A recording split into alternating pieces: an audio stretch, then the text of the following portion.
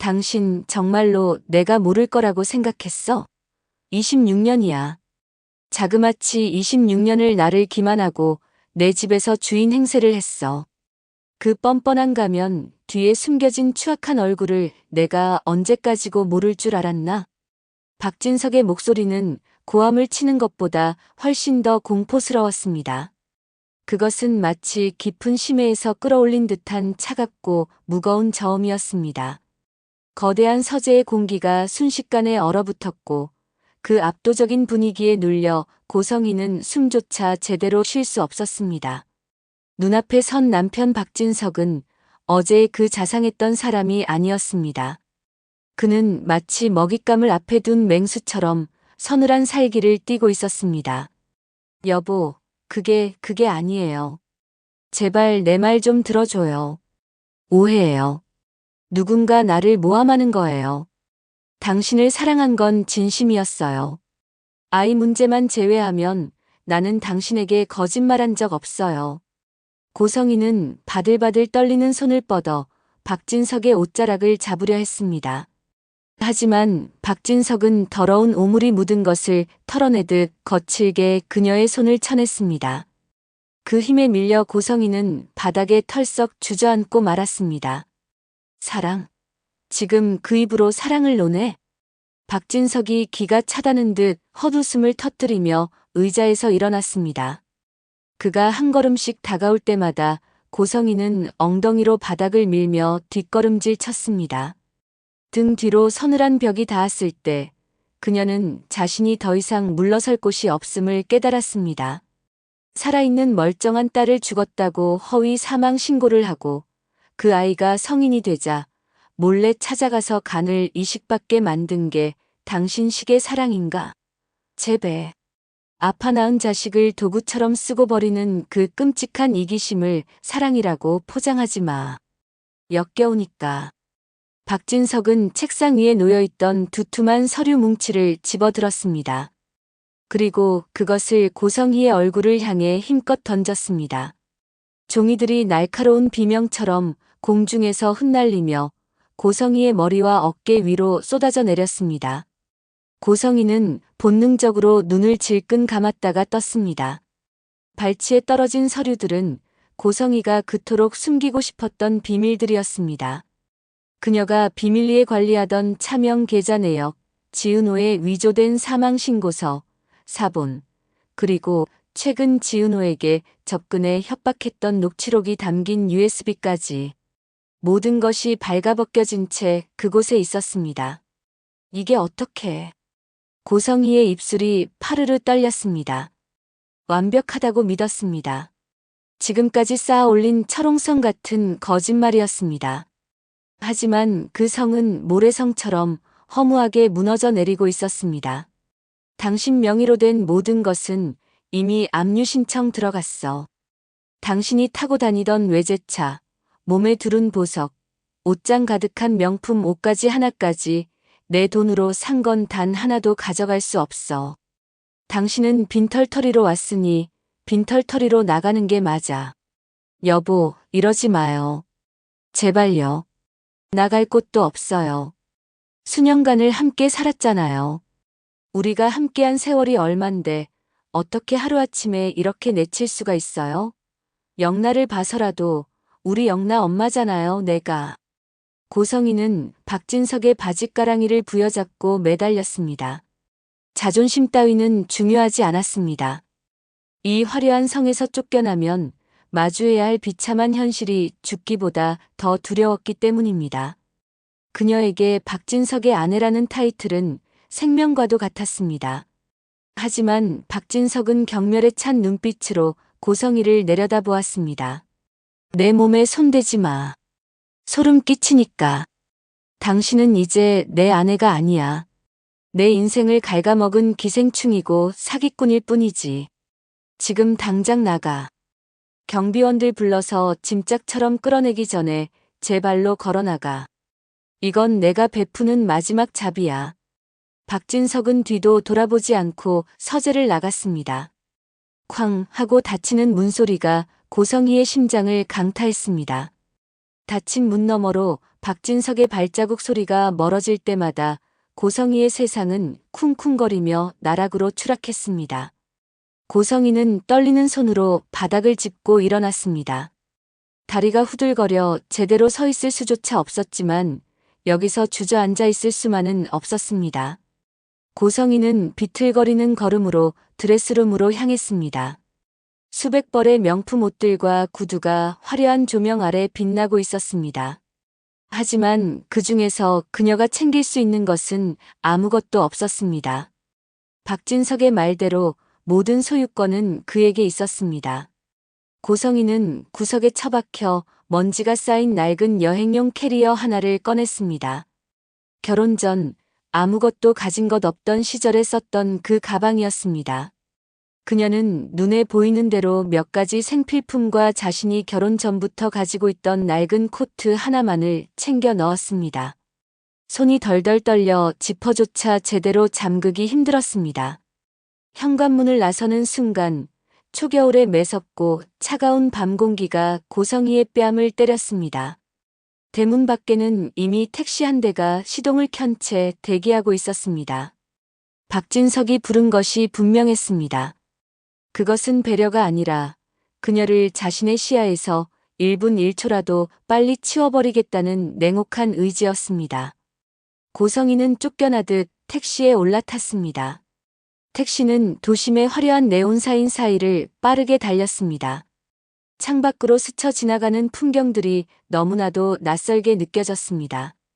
불과 몇 시간 전까지만 해도 저 화려한 불빛들의 주인이 자신이라고 착각하며 살았습니다. 세상 모든 것이 발 아래에 있다고 믿었습니다.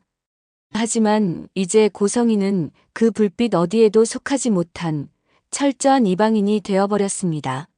손님, 어디로 모실까요?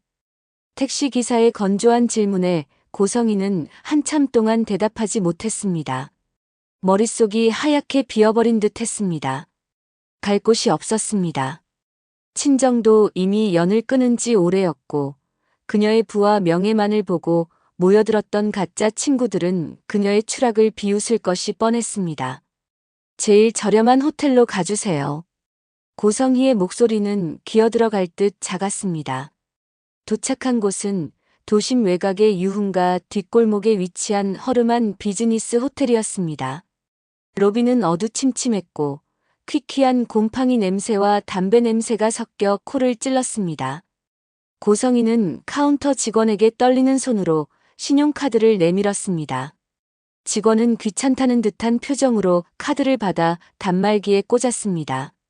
손님, 이 카드 정지된 건데요. 직원의 퉁명스러운 말에 고성희의 심장이 덜컥 내려앉았습니다. 그럴 리가 없어요.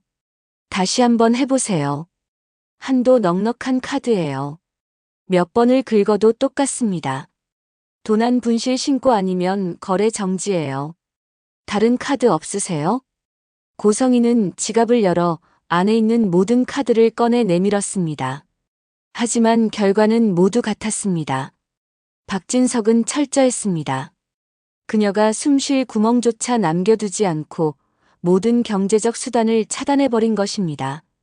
뒤에 서 있던 다른 손님들이 짜증 섞인 한숨을 내쉬며 웅성거렸습니다. 고성희는 얼굴이 화끈거려 견딜 수가 없었습니다. 수치심에 눈물이 핑 돌았습니다. 그녀는 지갑 깊숙한 곳을 뒤져 꼬깃꼬깃한 현금 몇만 원을 찾아냈습니다. 비상금으로 넣어두었던 돈이었습니다.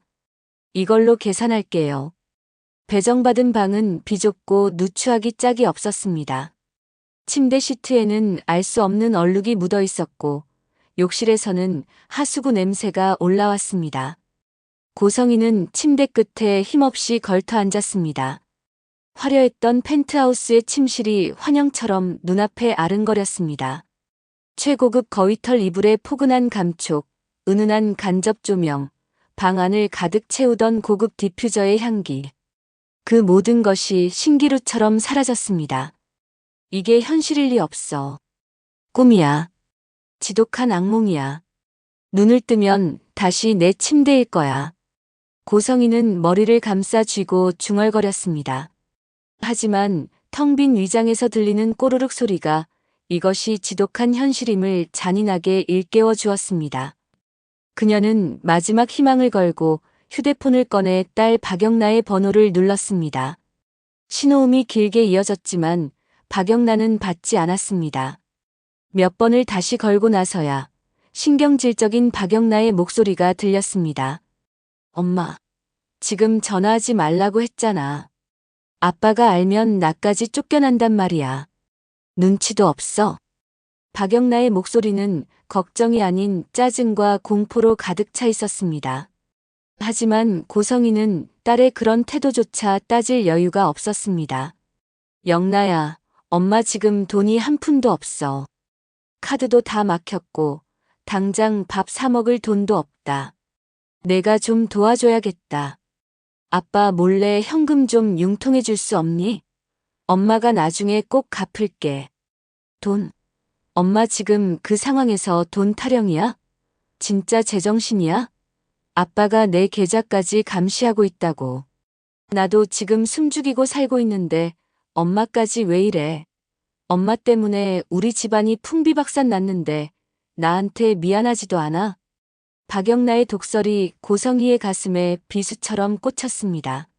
내가 어떻게 엄마한테 그럴 수 있어? 내가 너를 어떻게 키웠는데. 너 레슨비며 유학이며 내가 해달라는 거 다 해줬잖아. 어떻게 키우긴. 엄마 욕심 채우려고 나 이용했잖아. 재벌가 사모님 소리 듣고 싶어서 아빠랑 결혼했고 그 자리 지키려고 전 남편 딸인 언니 버리고 나 낳은 거잖아. 아니야.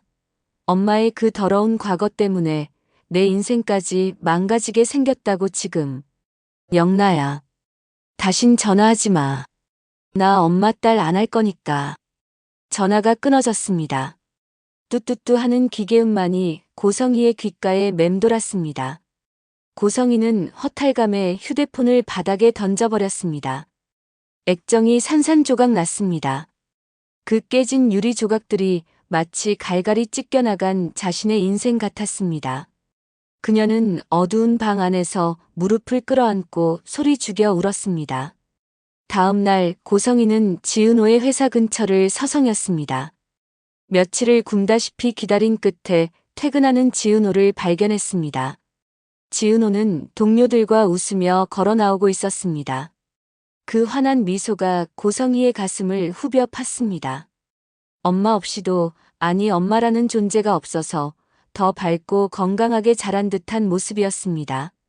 죄책감과 동시에 알 수 없는 질투심이 고성희를 괴롭혔습니다. 은호야. 고성희가 쉰 목소리로 조심스럽게 다가가 이름을 불렀습니다. 지은호가 걸음을 멈추고 돌아보았습니다. 고성희를 알아본 순간 지은호의 얼굴에서 웃음기가 싹 사라졌습니다. 싸늘한 냉기만이 감돌았습니다. 그녀의 눈빛은 박진석의 그것보다 더 차갑고 단호했습니다. 당신이 여긴 웬일이죠? 또 돈이 필요한가요? 아니면 또다 시간 내놓으라고 협박하러 왔어요? 더 이상 당신한테 뺏길 거 없어요. 지은호의 말은 날카로운 칼날 같았습니다. 고성희는 다급하게 고개를 세차게 저었습니다. 초라한 행색의 고성희는 누가 봐도 동정심을 유발할 만했지만 지은호에게는 통하지 않았습니다. 아니야, 그런 거 아니야. 은호야, 그냥 내가 보고 싶어서 왔어. 그리고 미안하다고. 정말 미안하다고 말하고 싶어서. 미안하다고요? 지은호가 기가 차다는 듯 헛웃음을 쳤습니다. 그녀는 고성희에게 한 걸음 다가왔습니다. 그 눈빛에는 증오를 넘어선 깊은 경멸이 담겨 있었습니다. 이제 와서 미안하다는 말 한마디로 당신 마음 편해지려고요? 당신은 끝까지 이기적이에요. 내가 당신 때문에 보육원에서 엄마를 기다리며 밤마다 얼마나 울었는지, 다른 아이들이 엄마 손잡고 갈 때 내가 얼마나 비참했는지 당신은 상상조차 못할 거야. 그런데 이제 와서 고작 미안하다는 말로 그 26년의 지옥을 퉁치려고요? 은호야, 내가 잘못했어. 내가 죽을 죄를 지었어. 제발 한 번만 엄마에게 기회를. 엄마. 누가 내 엄마예요? 기회는 당신이 버렸어요. 26년 전에 내 손을 놓고 뒤도 돌아보지 않고 떠났을 때 이미 기회는 끝났다고요. 다시는 내 눈앞에 나타나지 마세요. 당신 보는 것만으로도 숨이 막히고 토할 것 같으니까. 지은호는 차갑게 돌아섰습니다. 고성이는 멀어지는 딸의 뒷모습을 보며 손을 뻗었지만 닿을 수 없었습니다. 거리의 소음 속으로 지은호가 사라졌습니다. 고성이는 그 자리에 주저앉아 통곡했습니다. 지나가는 사람들이 힐끔거렸지만 이제는 부끄러움조차 느껴지지 않았습니다. 고성이는 영혼이 빠져나간 사람처럼 정처 없이 걸었습니다. 발길이 닿은 곳은 한강 다리 위였습니다. 난간 아래로 검푸른 강물이 넘실거리는 것이 보였습니다. 밤바람이 살을 앨 듯 매서웠지만 추위는 느껴지지 않았습니다. 내가 살아서 뭐 할까? 가족에게도 버림받고 딸에게도 씻을 수 없는 상처만 줬어. 내 존재 자체가 모두에게 불행이었어. 차라리 사라지는 게 모두를 위한 길이야. 고성이는 난간을 붙잡고 몸을 기울였습니다. 아래를 내려다보니 어지러움이 밀려왔습니다. 그때 주머니 속 깨진 휴대폰이 진동했습니다. 혹시나 하는 마음에 꺼내보았습니다. 대출 스팸 문자였습니다. 고성이는 씁쓸하게 웃으며 마지막으로 지은호에게 문자를 쓰기 시작했습니다. 액정이 깨져 글씨가 잘 보이지 않았지만 한자 한자 눌러 담았습니다. 은호야. 미안하다는 말도 사치라는 거 알아. 다시는 너 찾아가지 않을게. 부디 행복해라. 엄마가 해줄 수 있는 건 이것뿐이구나. 전송 버튼을 누르려던 손가락이 미세하게 떨렸습니다. 삶에 대한 본능적인 미련이었을까요? 그때였습니다. 안 돼. 위험해. 다리 건너편 인도에서 누군가의 다급한 외침이 들렸습니다. 고성이는 반사적으로 고개를 돌렸습니다. 횡단보도 앞에서 대여섯 살쯤 되어 보이는 아이가 굴러가는 공을 쫓아 차도로 뛰어들고 있었습니다. 맞은편에서는 대형 트럭이 신호를 위반한 채 맹렬한 속도로 달려오고 있었습니다. 거리는 너무나 가까웠습니다. 안 돼. 고성이의 몸이 생각보다 먼저 반응했습니다. 죽음을 결심했던 그녀였지만 눈앞에 생명이 꺼지는 것을 볼 수는 없었습니다. 그녀는 난간에서 손을 떼고 도로를 향해 전력 질주했습니다. 머릿속에는 아무런 계산도 없었습니다. 오직 저 아이를 살려야 한다는 본능뿐이었습니다. 과거에 자신의 딸 지은호를 지키지 못했던, 버렸던 그 죄책감이 그녀의 다리를 움직이게 만들었는지도 모릅니다. 고성이는 아이를 낚아채 인도 쪽으로 힘껏 밀쳤습니다. 아이가 안전하게 바닥에 나뒹구는 것을 확인했습니다. 그리고 그 순간 트럭의 헤드라이트 불빛이 고성이의 시야를 하얗게 뒤덮었습니다. 꽝! 둔탁하고 끔찍한 충돌음과 함께 고성이의 몸이 허공으로 붕 떠올랐습니다. 세상이 슬로 모션처럼 느리게 흘러갔습니다. 밤하늘의 별이 보이지 않았습니다. 대신 멀리서 들려오는 아이의 엄마 하는 울음소리가 희미하게 들렸습니다. 아, 다행이다. 아이는 살았구나. 차가운 아스팔트 바닥에 머리가 부딪히는 순간 고성이는 역설적이게도 생애 처음으로 완벽한 마음의 평안을 느꼈습니다. 평생을 괴롭히던 지독한 욕망과 후회, 고통이 일시에 사라지는 느낌이었습니다. 의식이 희미해지는 어둠 속에서 그녀는 26년 전 보육원에 두고 온 어린 지은호의 환영을 보았습니다. 꼬질꼬질한 얼굴의 어린 은호가 웃으며 손을 흔들고 있었습니다. 고성이는 마음속으로 그 작은 손을 마주 잡으며 눈을 감았습니다. 병원 응급실은 아수라장이었습니다. 의료진이 심폐소생술을 하며 피투성이가 된 고성이를 수술실로 급히 옮겼습니다.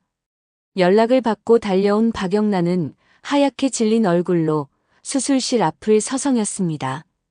박진석과 그의 아들 박성재도 뒤이어 도착했습니다. 어떻게 된 거야? 엄마는? 박영나가 박성재의 팔을 붙잡고 물었습니다.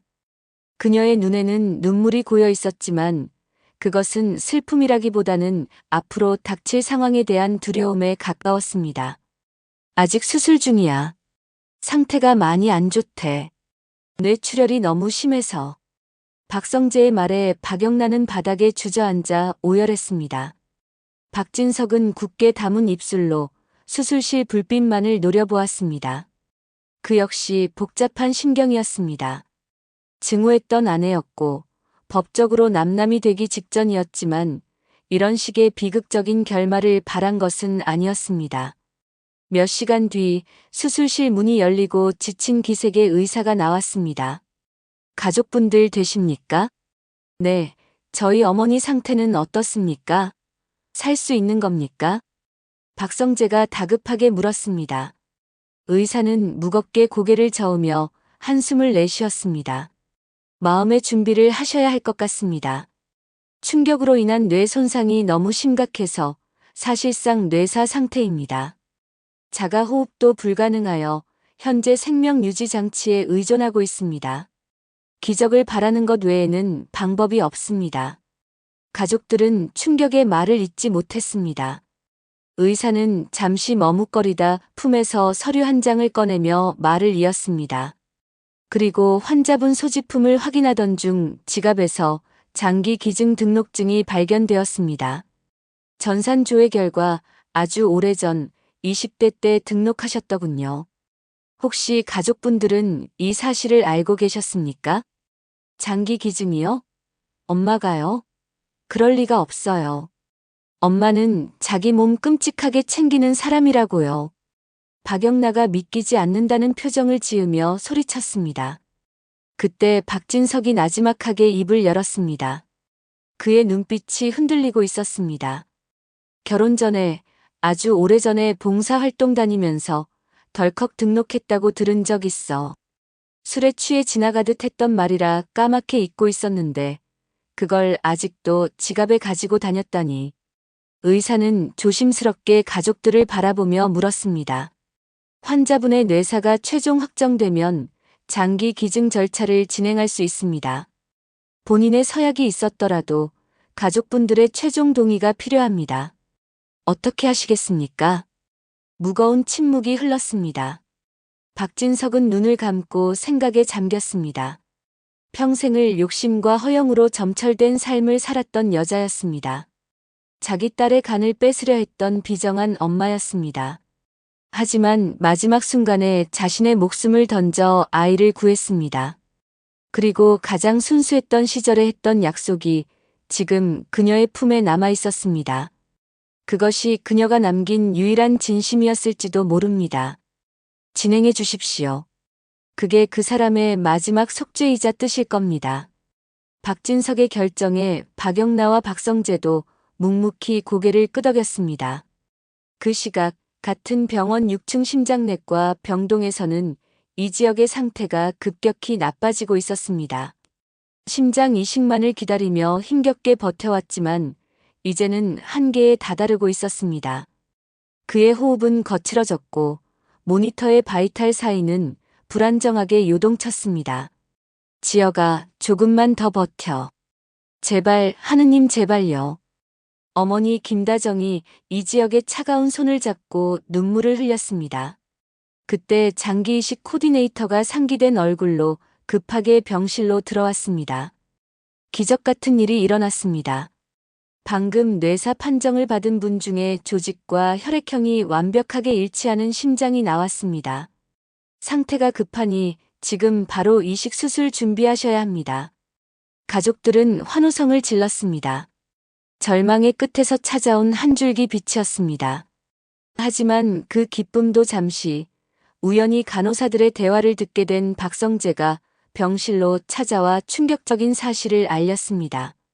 박성재는 지역의 친구이자 은호의 이복 오빠였습니다. 지역아, 너한테 갈 심장이 우리 어머니 거래. 고성의 심장이야. 수술실로 들어가기 직전 이지역은 이 사실을 전해 듣고 충격에 빠졌습니다. 자신의 연인인 지은호를 평생 괴롭혔던 지은호를 버린 비정한 생모의 심장을 받아야 한다는 사실이 그를 괴롭게 했습니다. 성재야, 내가 그 심장을 받아도 되는 걸까? 은호한테 너무 잔인한 일 아니야? 은호를 버린 여자의 심장으로 내가 산다는 게 무슨 소리야? 넌 살아야 해. 은호를 위해서라도 살아야지. 껍데기는 중요하지 않아. 어머니가 남긴 마지막 속죄라고 생각해. 제발 딴 생각 말고 수술 받아. 너 잘못되면 은호는 정말 무너져. 지은호는 뒤늦게 소식을 듣고 병원으로 미친 듯이 달려왔습니다. 수술실 앞 복도에는 무거운 정막이 감돌았습니다. 수술 중 램프에 불이 들어와 있었습니다. 박성재가 지은호에게 다가왔습니다. 미안해. 이런 상황이 돼서. 내가 많이 힘들 거란 거 알아. 아니에요. 선배가 살 수 있다면 그걸로 됐어요. 지은호는 담담하게 말했지만 목소리는 가늘게 떨리고 있었습니다. 그녀는 수술실 문을 바라보며 마음속으로 고성희에게 말을 걸었습니다. 복잡한 감정이 소용돌이 쳤습니다. 마지막까지 정말 제멋대로네요. 이렇게 가버리면 나는 당신을 미워할 수도, 그렇다고 용서할 수도 없게 되잖아요. 당신 심장으로 선배가 산다니. 이게 당신이 나한테 할 수 있는 유일한 사과인가요? 정말 믿고 또 믿지만 선배를 살려준 건 고마워요. 장시간에 걸친 대수술은 성공적이었습니다. 고성희의 심장은 이지혁의 가슴 속에서 멈추지 않고 힘차게 뛰기 시작했습니다. 죄 많았던 여자의 심장은 이제 사랑을 위해 뛰는 심장이 되었습니다. 며칠 후 중환자실을 거쳐 일반 병실로 옮긴 이지혁의 곁을 지은호가 지키고 있었습니다. 창밖으로는 따스한 봄 햇살이 쏟아져 들어오고 있었습니다. 긴 겨울이 지나고 마침내 그들에게도 화려한 날들이 찾아오고 있었습니다. 이지혁이 천천히 눈을 떴습니다. 은호야. 선배, 정신이 들어요? 나 알아보겠어요? 지은호가 이지혁의 손을 꼭 잡고 눈물을 글썽였습니다. 이지혁은 산소 마스크를 떼어내고 희미하게 미소 지으며 고개를 끄덕였습니다. 그리고 자신의 왼쪽 가슴에 손을 얹었습니다. 느껴져. 여기서 심장이 뛰고 있어. 아주 힘차게. 낯설지만 따뜻해. 지은호는 이지혁의 가슴에 귀를 갖다 대었습니다. 쿵, 쿵, 쿵.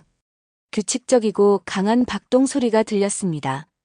그것은 고성희의 생명이었고 이제는 이지혁의 생명이 된 소리였습니다. 지은호의 눈에서 참았던 눈물이 터져 나왔습니다. 그 소리는 마치 고성희가 딸에게 보내는 뒤늦은 자장가처럼 들리기도 했고 부디 행복하게 살아가라는 간절한 유언처럼 들리기도 했습니다. 고마워요, 선배. 살아줘서 고마워요.